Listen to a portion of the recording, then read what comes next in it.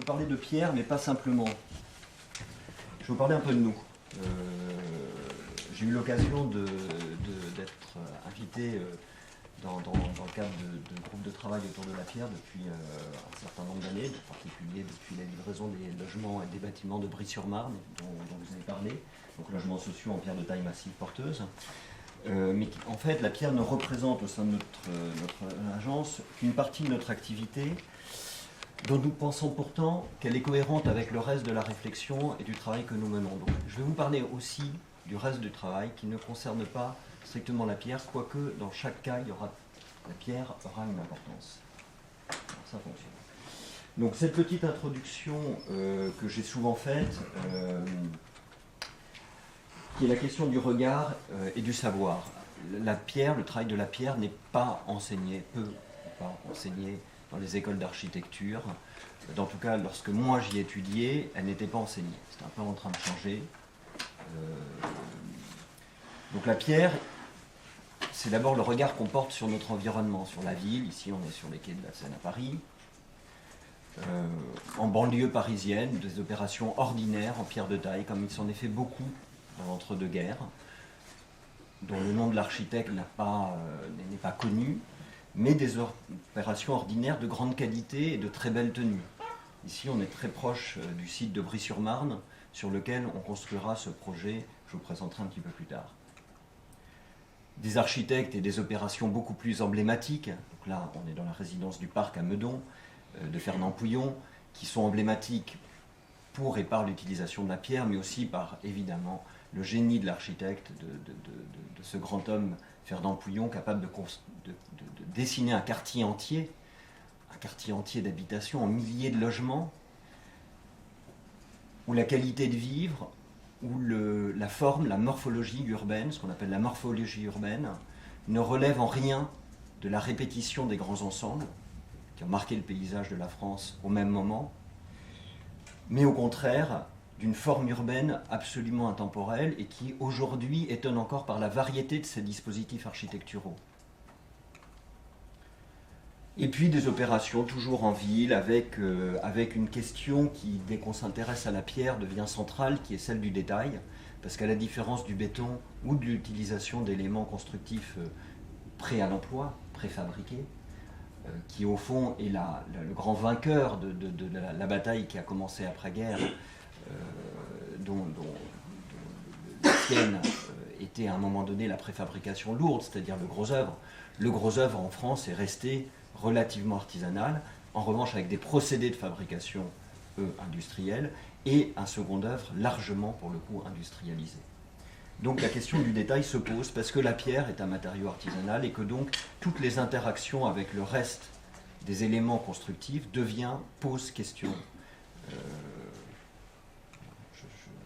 Je pense par exemple à l'intégration, je ne montre pas cette image, mais là je montre l'image d'une baie classique avec ce dessin de taille à Paris, du garde-corps, de la serrurerie, mais je pense aussi évidemment aux magnifiques bâtiments de Gilles Perrodin patrimoniaux et l'intégration des conduits électriques dans les réservations réalisées dans les murs.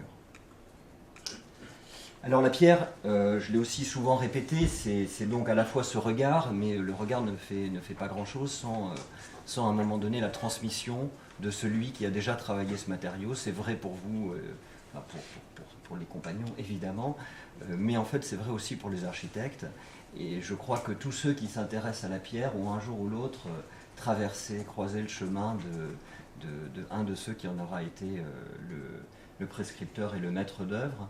Ici, il s'agit d'un bâtiment de Christian de Villers, qui a été mon second maître, après Henri Siriani, le centre de recherche de Cavaillon, le centre de recherche de Saint-Gobain, à Cavaillon, pour lequel Christian de Villers a utilisé pour une série d'éléments constructifs de ces bâtiments, après de longues discussions avec son ami Gilles Perrodin, 2 grands murs pignons en pierre, des blocs bruts sortis de carrière. Je crois qu'à l'époque, il s'agissait de la carrière dirigée par M. Fouché, que vous connaissez bien ici. Voilà, et donc avec à la fois dans une économie pas si, je dirais, c'est un bâtiment, un équipement de grande qualité, mais en même temps une façon d'utiliser la pierre relativement sobre et efficace pour terminer ces bâtiments de bureaux, et évidemment dans un rapport contextuel avec la montagne en arrière-plan. Autre opération de Christian de Villers, qui moi et mon associé, puisque nous nous sommes tous les deux rencontrés dans cette agence, nous a beaucoup interrogés. C'est un bâtiment de logement plutôt luxueux au fond du parc Javel-André Citroën, dans le 15e à Paris, derrière les serres de Patrick Berger. Grand bâtiment livré pour le promoteur Georges V, je crois à l'époque, qui, derrière ces grands éléments de balcon filant réalisés en béton préfabriqué de très très belle qualité, présentait une façade en pierre autoporteuse, donc une façade rapportée derrière la structure de béton principale. Alors, une grande qualité de matériaux, une grande qualité constructive, et en même temps une interrogation qui était la nôtre, c'est-à-dire qui était pourquoi se compliquer la vie à mettre en œuvre de la pierre de 8 alors qu'il y avait derrière un mur en béton, alors qu'au fond il n'était pas absurde d'imaginer que la solution plus simple aurait consisté à ne faire qu'un seul passage de gros œuvre avec des blocs porteurs. Et au cours de nos déambulations franciliennes, la rencontre avec des chantiers, en fait, petits chantiers, petites opérations, où la pierre, depuis des décennies, je dirais depuis toujours en fait, est posée, empilée, classiquement, en blocs massifs. Petites opérations réalisées en général par des promoteurs, personnes physiques qui construisent une opération par an, voire une opération tous les 2 ans, une vingtaine, trentaine de logements. Donc un certain nombre de communes où ce mode constructif, à notre grand étonnement, était toujours utilisé alors qu'il n'était plus du tout enseigné dans les écoles d'architecture. Alors là, on va parler de Pierre, mais de Pierre comme elle a pu croiser notre travail à partir du moment où en 2003, on s'est associé avec Denis Eliette, et on a été appelé à travailler sur des opérations qui relevaient de nos compétences. Donc la construction en pierre de taille massive porteuse ne faisait pas partie de celle-là. Ici, une opération à Conflans-Sainte-Honorine. On a ici un marché couvert des années 70, couvert de petites pattes de verre, avec une couverture en polycarbonate, en relativement mauvais état, mais fonctionnel. Le même marché après notre intervention. Donc il s'agissait d'un marché pour lequel la commande consistait à démolir le bâtiment et à le reconstruire. Et ce qui nous a semblé peu opportun pour 2 raisons principales. La première est qu'un marché, ça fonctionne en continu, et quand il s'arrête, il est très difficile de le faire redémarrer. Et d'autre part que la structure de ce bâtiment, son enveloppe, n'était pas d'une qualité si médiocre que ça, c'est-à-dire qu'il y avait des éléments constructifs de charpente à remployer, des poteaux métalliques en assez bon état, et donc il nous a paru opportun, plutôt que de tout démolir, d'envisager un travail par phase. Donc on a à gauche en fait 3 travées qui sont en fonctionnement, pendant que 3 autres sont en train d'être réhabilités. Alors, en vous montrant ça, je vais vous parler de 2 choses. La première, c'est la pierre. On l'a employée de façon extrêmement ordinaire. C'est du mur moellon qui est monté devant un mur préexistant. Donc sans idéologie particulière, on conserve le mur qui existe, on s'adosse à ce mur-là, et ça nous fait notre façade, très très simplement.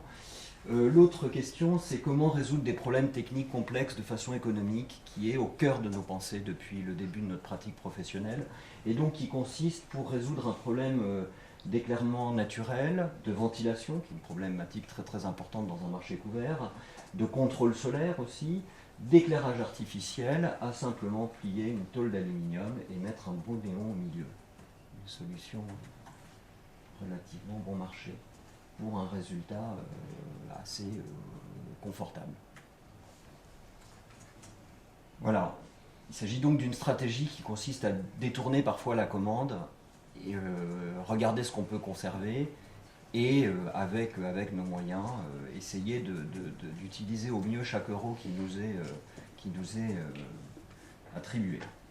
Alors ce travail-là de réhabilitation nous a valu pas directement cette commande-là, qui est un peu d'une autre ampleur, mais qui est un sujet sur lequel on travaille en ce moment à l'agence, qui est la réhabilitation de ces 4 bâtiments qui forment en fait un ensemble de logements et de bureaux sur dalle à l'entrée de Paris, au débouché du pont de Sèvres. C'est une opération énorme d'architecte qui s'appelait Badani-Rouderlu, sur dalle, 4000 places de stationnement, qui a été une des grandes opérations de l'aménagement d'Île-de-France. Les tours de bureaux sont aujourd'hui réhabilités par Dominique Perrault. Et alors pourquoi je parle de ça? C'est parce qu'en fait, vu de loin, tout ça a l'air assez sinistre et en général mal aimé des riverains, quoique plébiscité par les résidents et les habitants de cette dalle, pour partie locative sociale, mais aussi pour partie copropriété. C'est que à la fois le dessin de ces bâtiments, de ces façades, alors là on est dans la préfabrication lourde, en béton, est en fait un travail assez minutieux, à la fois de plan, d'élévation, voilà, le travail de ces architectes qui réagissaient au moment de la construction de ces ensembles. Donc là on est en 76, 72, entre 72 et 78, à la période précédente qui était celle des grands ensembles, et donc plus aucun architecte ne voulait des élévations reconstituées de ces bâtiments. Alors ça n'a l'air de rien, en fait c'est un travail de plusieurs mois pour arriver à reconstituer ce genre d'image. Et c'est ça dont je voulais vous parler, c'est-à-dire une attention en fait extrêmement pointue sur la qualité des agrégats, sur leur mise en œuvre, sur la composition des panneaux de façade, de béton, ou la pierre, évidemment, comme matériau constructif. Alors là, on n'est pas dans la pierre de taille, on n'est pas dans la pierre massive, on n'est pas dans ce que les compagnons, sauf les compagnons maçons, ont l'habitude de faire.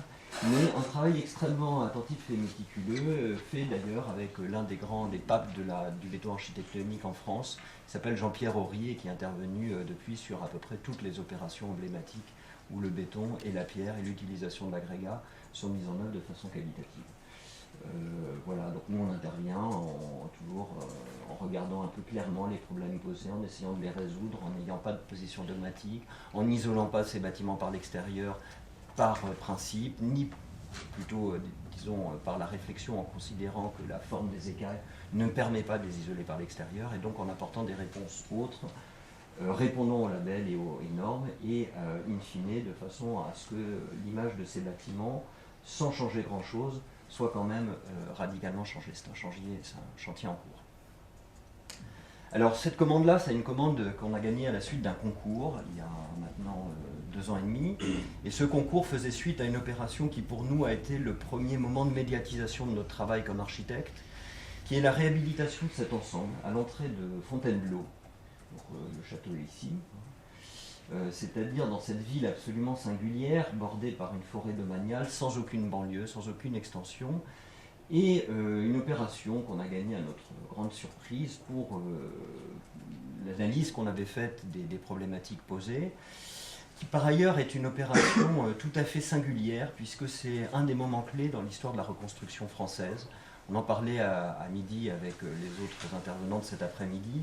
C'est l'une des opérations, il s'agissait d'une opération pour loger des officiers et des sous-officiers de l'OTAN, je vous raconte l'anecdote, donc qui était au départ une commande du général Eisenhower en 50, qui devait être, dont la réponse devait être la constitution d'un certain nombre de logements provisoires dans la forêt sur un terrain militaire, et qui a été détournée par le ministre Eugène Claudius Petit pour en faire un des chantiers-thèses de la reconstruction, qui validera les principes de reconstruction en béton.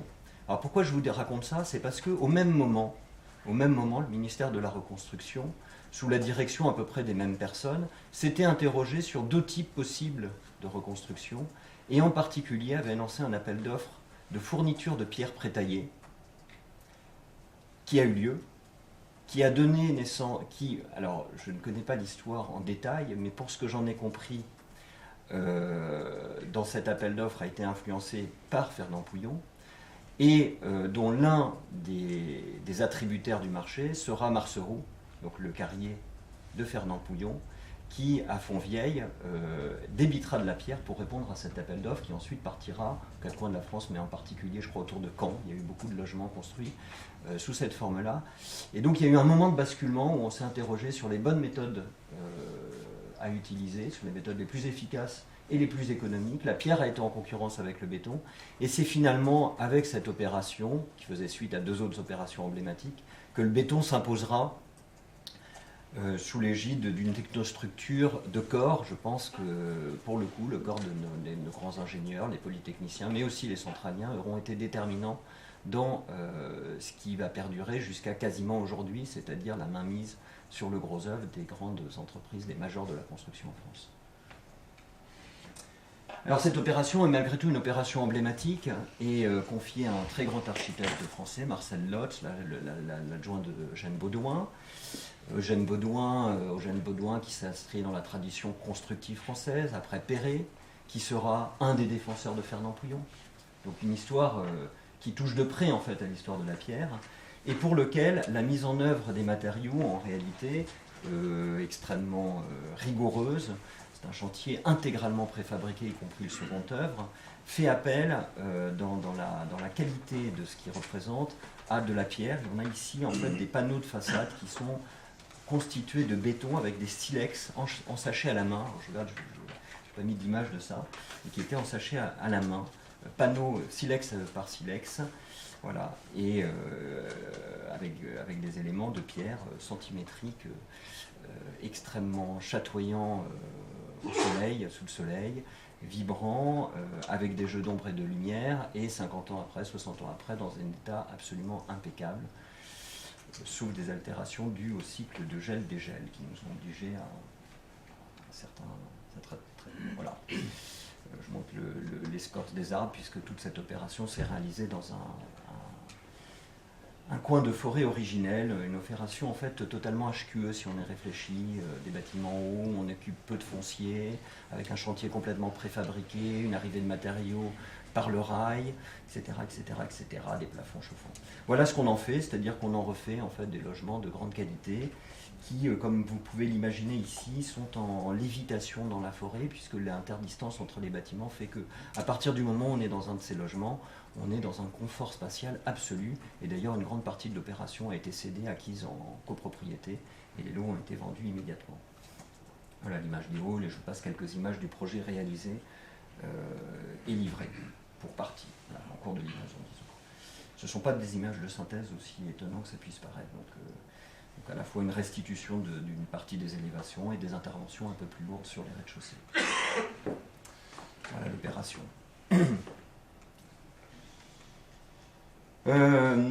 Alors ensuite, on va bientôt arriver à la pierre, hein, je vous rassure tout de suite.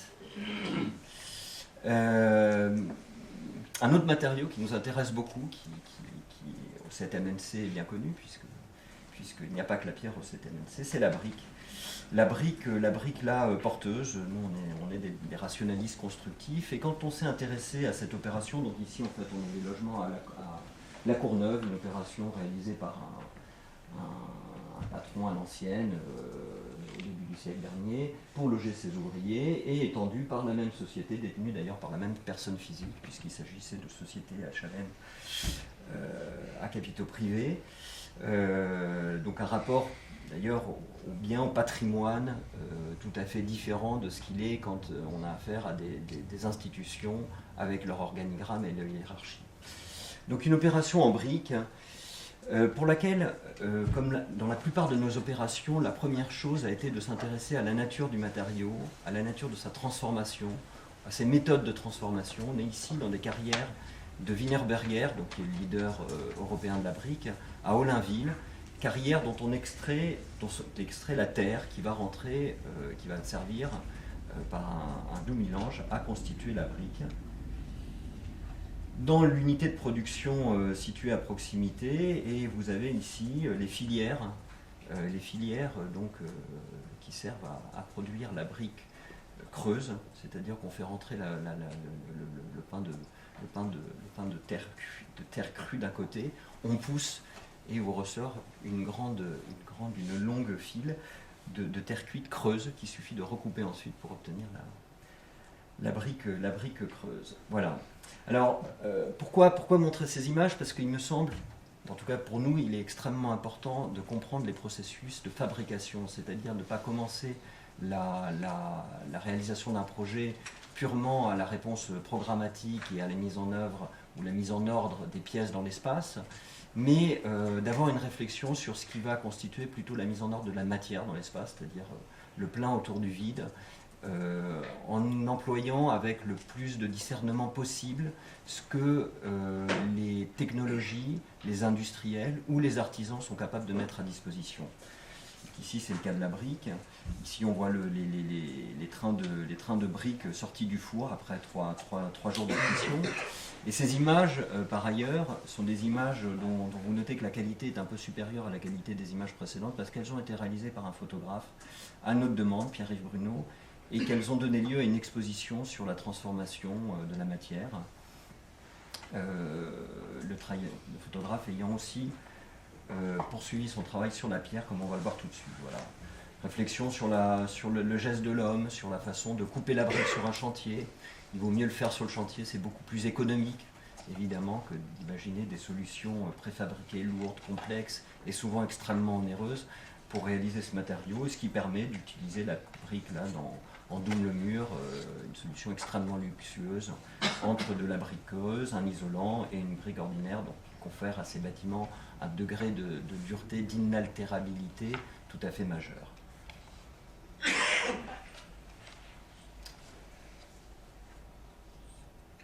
Alors là, on va arriver vers un monde qui vous est plus familier. On est à Noyant, dans les carrières exploitées par les carrières du bassin parisien, où le même photographe, à notre demande, a réalisé une série de reportages photographiques pour illustrer le monde des carrières et le monde de la transformation de la pierre. Donc, je ne ferai pas de commentaires parce que vous connaissez tous ça très bien.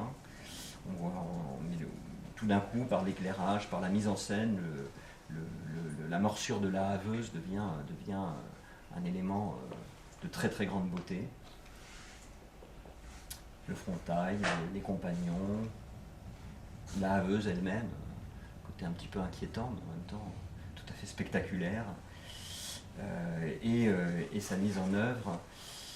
Cette série nous ayant été exposée sous forme de très grands panneaux, des panneaux d'exposition format photographique, ces panneaux de 1,20 m de large sur Alucobon, dans plusieurs écoles d'architecture, et ayant reçu de la part des étudiants et d'un certain nombre d'enseignants un très très grand accueil pour à la fois le côté illustratif, la beauté plastique des images de Pierre-Yves Bruno, mais aussi la compréhension d'un processus qui est très souvent ignoré et très très rarement abordé dans les écoles d'architecture.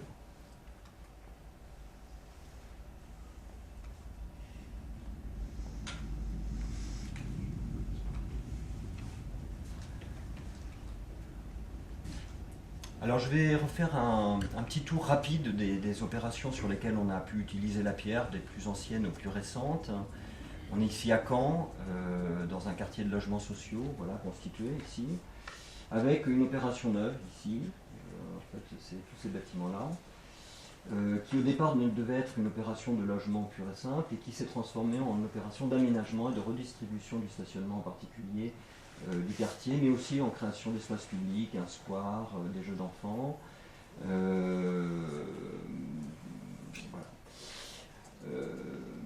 Cette commande est intervenue à un moment donné où à Caen, les carrières, on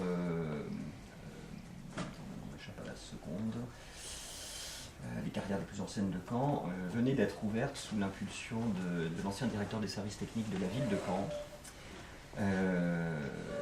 Et donc avec un fort lobbying auprès des élus locaux, et à un moment donné, dans la discussion entre le maire, le maître d'ouvrage de l'opération, la SEM d'aménagement de l'espace public, la possibilité évoquée d'utiliser la pierre sur laquelle nous nous sommes engouffrés, avec différentes ambitions, des ambitions d'aménagement de l'espace public. Donc dans ce quartier, je vous le rappelle, de logements sociaux, on est par ailleurs dans une des US françaises, donc vraiment une ville entière, il s'agit d'Hérouville-Saint-Clair, de logements sociaux. On a ici de la pierre, il y a Rocheron et Massangis qui ont été mises en œuvre par Rocamat. En bordure, des techniques traditionnelles de pose, en bordure d'espace public, en limite de résidentialisation, donc une sorte de résidentialisation extrêmement douce entre espace public, bâtiment et voirie. Je suis le temps, je pense que c'est bon, sauf erreur de ma part. Je suis dans les clous. Une utilisation de la pierre aussi massive, avec un effet extrêmement qualitatif pour cette série de petits aménagements, d'emmarchements, de ce qui fait la quotidienneté du parcours des résidents dans la ville. Séparatif d'espaces publics, de squares, dont aucun de ces éléments, situés donc dans des quartiers réputés sensibles, n'a été, à ma connaissance et jusqu'à aujourd'hui, vandalisé, alors que les quelques éléments en béton, eux, ont plus rapidement souffert.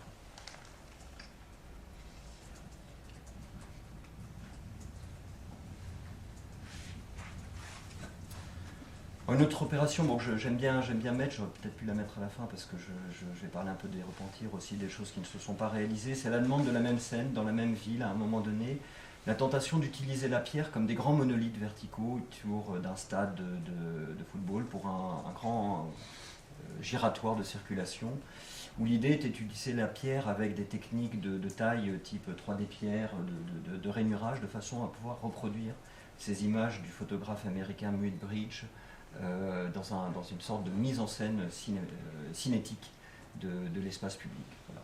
Une chose qui ne s'est pas réalisée mais qui nous aurait beaucoup plu. Et au sein des logements sociaux réalisés, 2 collectifs en pierre de taille. Donc c'était la première fois qu'on mettait en œuvre la pierre de taille.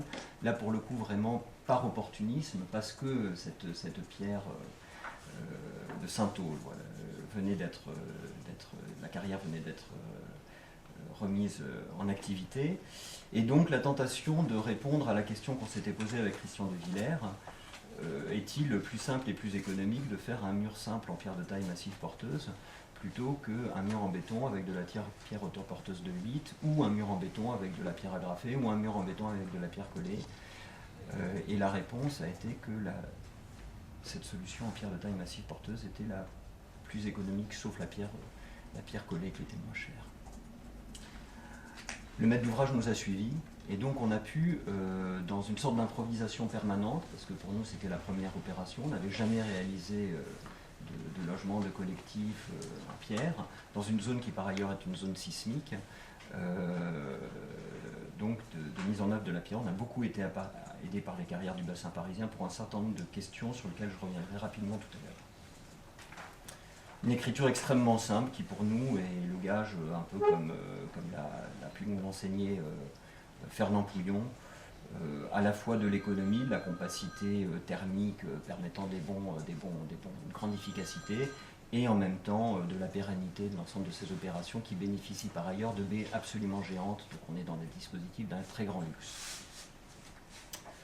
Juste en face, pour terminer cette histoire hérouvillaise, à un moment donné, l'invention d'un quartier nouveau que personne ne nous n'avait imaginé. Ici, il y avait une route qui passait.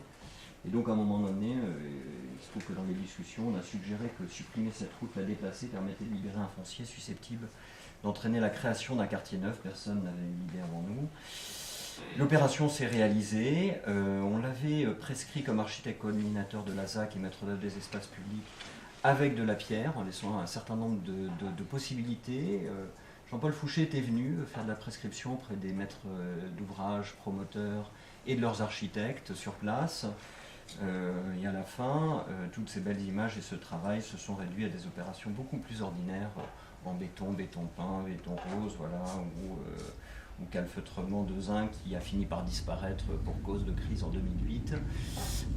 Mais au fond, quelque part, la même idée que celle de la pierre prétaillée en fourniture de pierre, et la SEM en question était prête à passer à un marché de commande en pierre prétaillée.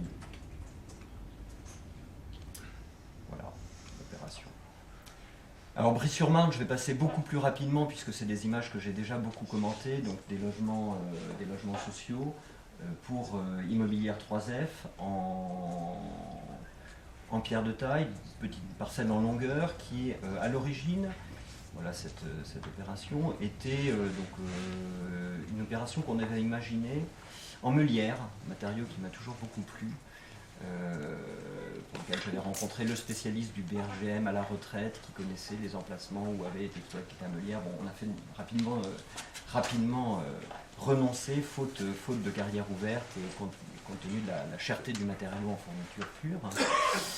Donc cette image de deux bâtiments, le premier soulevé, le second posé en meulière, qui s'est transformé en la même chose, en pierre massive porteuse, et je pense d'ailleurs avec un gain architectural notable. Je crois que cette écriture-là, au fond, au fil des permis de construire successives, était en fait beaucoup plus juste, nous a permis de mettre au point et de dessiner intégralement le calpinage de cette opération, et la main dans la main avec les carrières de Noyant, de réaliser une opération dont on maîtrisait pour le coup beaucoup mieux, on a maîtrisé pendant tout le temps de sa construction et même avant sa construction au moment de l'appel d'offres, toutes les étapes et en particulier l'organisation du chantier, le travail entre le maçon et le pierreux,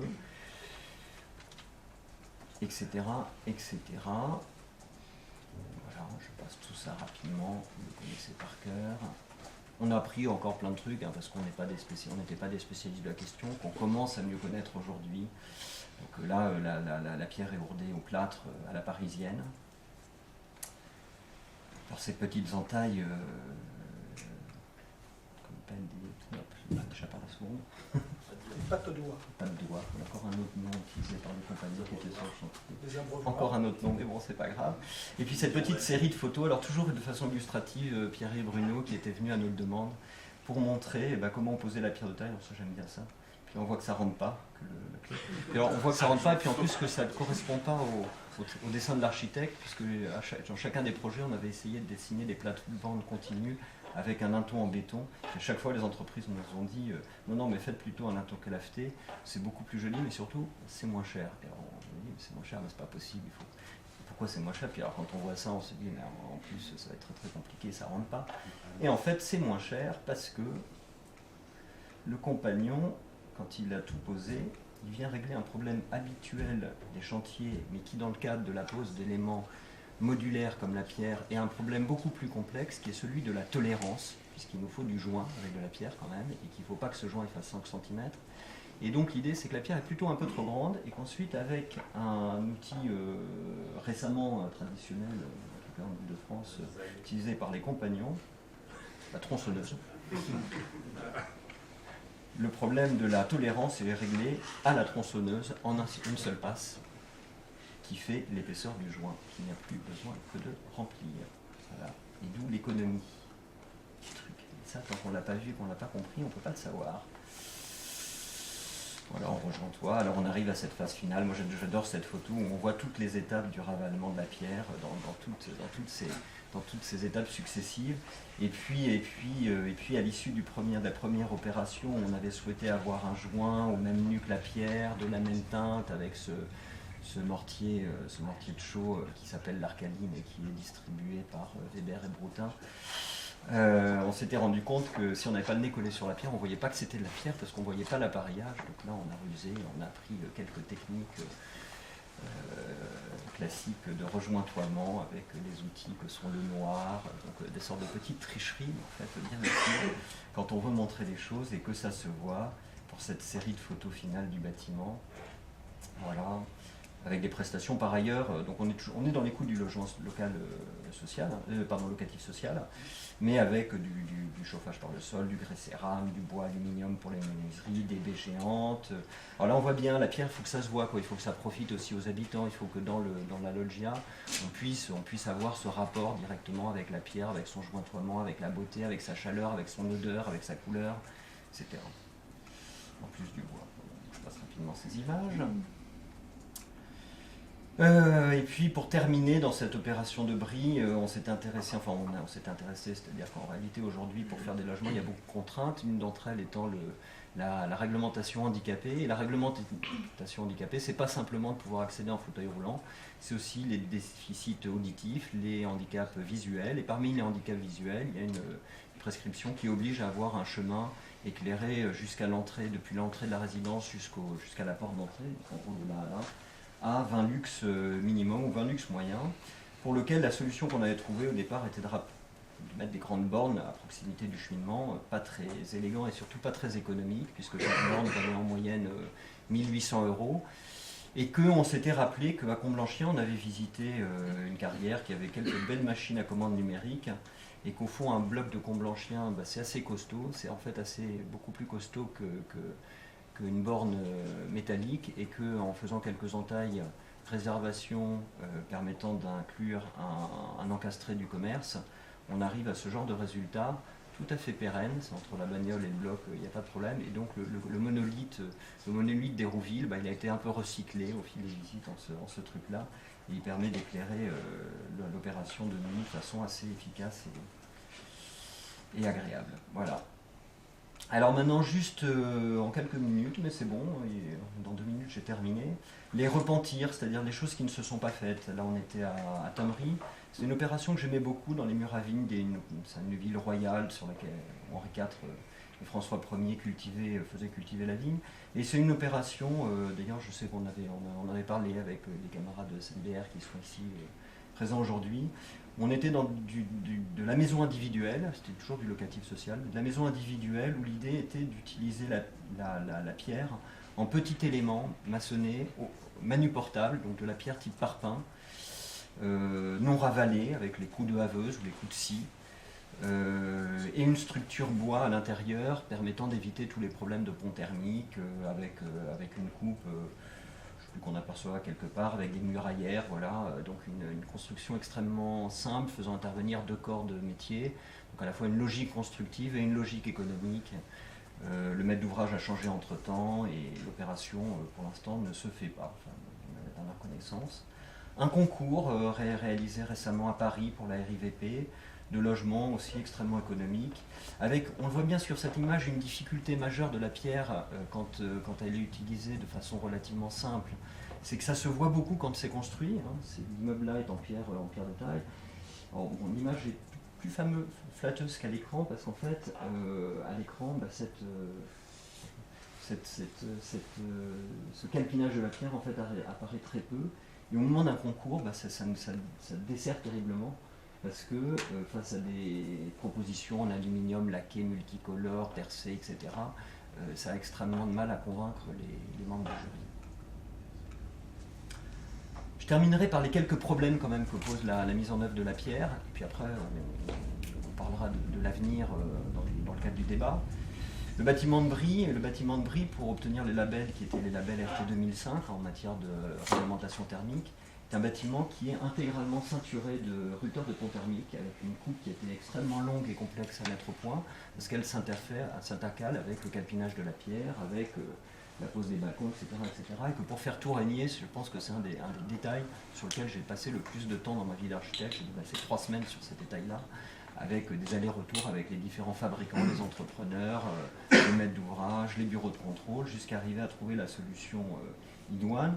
Mais quand même une mise en œuvre qui est à la fois complexe sur le chantier, pas particulièrement satisfaisant d'un point de vue constructif. On a quand même là des produits qui sont des produits choc de très haut de gamme allemands, mais aussi très onéreux, c'est-à-dire sur une opération à 1,9 million ou 2 millions d'euros de coût de travaux, tout compris VRD, on a 80 000 euros de fourniture de rupteurs de pont thermique. Donc quelque chose qui est très peu, qui pèse beaucoup dans la balance, et à mon avis qui est tout à fait du même ordre que le surcoût de la pierre par rapport à une solution béton en voûte. Voilà. L'interaction aussi avec tous les détails constructifs classiques, type bavette préfabriquée en béton, et d'autres types de problématiques que l'on a découvert, qu'on a beaucoup mieux maîtrisé sur ce chantier qu'à Hérouville-Saint-Clair, comme la question de l'interaction entre le gros œuvre et la pierre, qui est une question absolument fondamentale en réalité. L'utilisation de la grue, la planité du premier lit de pose, etc. Et donc la difficulté de l'interaction entre ces 2 métiers différents, avec l'absence d'interlocuteur unique aujourd'hui, capable de répondre à un appel d'offres comme celui-là en Île-de-France. Dernier point, des entailles régulières. On est ici à Paris, en zone non sismique, mais pour des questions de sismicité, de tenue.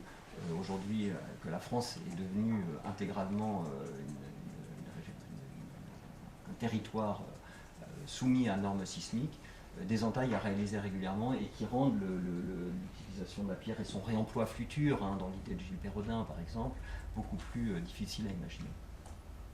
Voilà, dernière chose, c'est une petite image que je trouve un peu triste du bâtiment de Christian de Villers, où la grande pelouse engazonnée a été transformé en stationnement parce qu'évidemment nous ne sommes pas les gestionnaires de choses que l'on a pu produire. Et je terminais là, je dépasse très très légèrement par 5 images. C'est celle de la transmission, donc là il ne s'agit pas de mon travail, mais il s'agit du travail de Gilles Perrodin et de Elisabeth Polzella, qui aux grands ateliers d'Île d'Abo, il y a 3 ou 4 ans, ont fait en une semaine construire une maison pour un jeune couple avec des étudiants de l'école d'architecture de Grenoble, des compagnons tailleurs de pierre et des compagnons charpentiers. Je pense que pour tous ces jeunes gens, c'est une expérience inoubliable. Et puis comme on est dans un pays de Loire, on va terminer voilà, par un grand déjeuner qui nous avait été offert par Paul Mariotta il y a 2 ans. Voilà, merci. J'ai passé 4 minutes.